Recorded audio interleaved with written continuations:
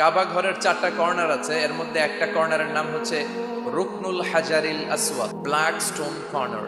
এই পাথরটাতে চুমু দেওয়ার জন্য লোকজন ধাক্কাধাক্কি করে।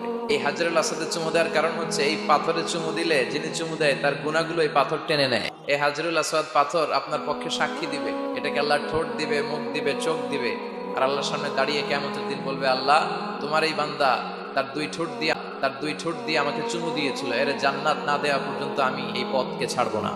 হাজরুল আসওয়াদের কর্নার আর কাবা ঘরের দরজা এর মাঝখানে একটা জায়গা আছে, এই জায়গাটার নাম মুলতাসাম। মুলতাসামে দাঁড়িয়ে হাত লাগিয়ে বুক লাগিয়ে দোয়া করলে এই দোয়া আল্লাহ ফিরিয়ে দেয়। তো এক ইমাম সাহেব অনেক ধাক্কাধাক্কির পরে এই মুলতাসামে দাঁড়িয়ে করে আল্লাহর কাছে দোয়া করতেছে যে, আল্লাহ জীবনে যত দোয়া করছি আর যত দোয়া করব এই সব দোয়া তুমি কবুল করে নিও। এবার ওইখানে এই দোয়া যদি কবুল হয়ে যায়, এবার বাড়িতে এসে দোয়া শুরু। এজন্য মুমিনরা তারা মেধাকে কাজে লাগায়, ঝোপ বসে কোপ মারে।